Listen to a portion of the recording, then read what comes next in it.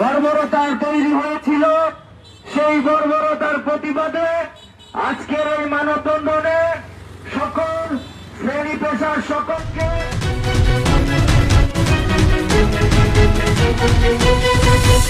হাতে হাত রেখে কাঁধে কাঁধ রেখে আমরা এই বাংলাদেশকে সামনের দিকে আমরা এগিয়ে নিয়ে যাব।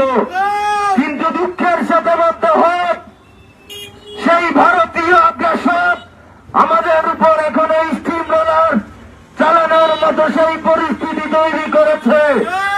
আমাদের ভাই হাতির উপর যেই হামলা হয়েছে, সেই হামলা আমাদেরকে বলে যায় আমাদেরকে এখনো ঘরে বসে থাকা চলবে না। যারা হামলা চালিয়েছে সেই হামলাকারী সর্বোচ্চ শাস্তি আমরা কামনা করছি।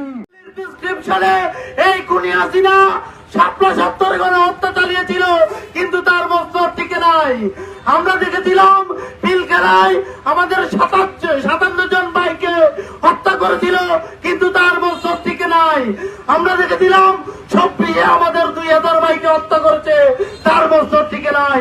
আজকে আমরা দেখতে পাচ্ছি সেই পুরনো শকুন আবার আমাদের মানচিত্রের উপর তাবা দিয়েছে।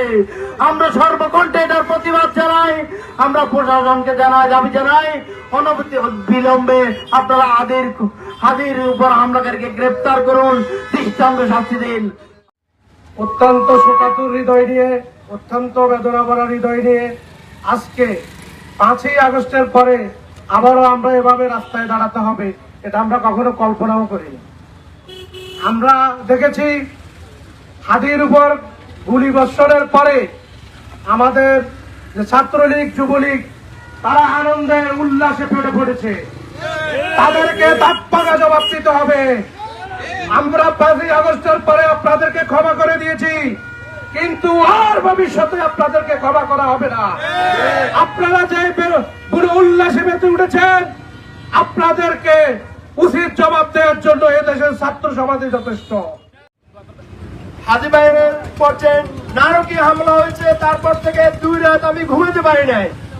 প্রতিটা মুহূর্তে শুধু হাজি ভাইয়ের যে দৃপ্ত কণ্ঠে যে বাংলাদেশের প্রতি তার যে কমিটমেন্ট, যে নতুন বাংলাদেশ গড়ার প্রত্যয়ে যে জীবন বিলিয়ে দেওয়ার জন্য নির্ভীকভাবে প্রতিনিয়ত জীবনের সকল মাকে উপেক্ষা করে রাজপথে সারাক্ষণ রাজপথে নিজের সার্বক্ষণিক ভাবে বিলিয়ে দেওয়ার যে একটা প্রত্যয় নিয়ে যিনি রাজপথে অকুতভয় সৈনিকের মতো কাজ করেছেন, সেই আমাদের সংগ্রামী বীর ইনকিলাব মঞ্চের মুখপাত্র শরীফ ওসমান হাজি ভাইয়ের প্রতি নারকীয় হামলা হয়েছে, এটার প্রতিবাদ জানানোর মতো কোনো ভাষা আমি খুঁজে পাচ্ছি না।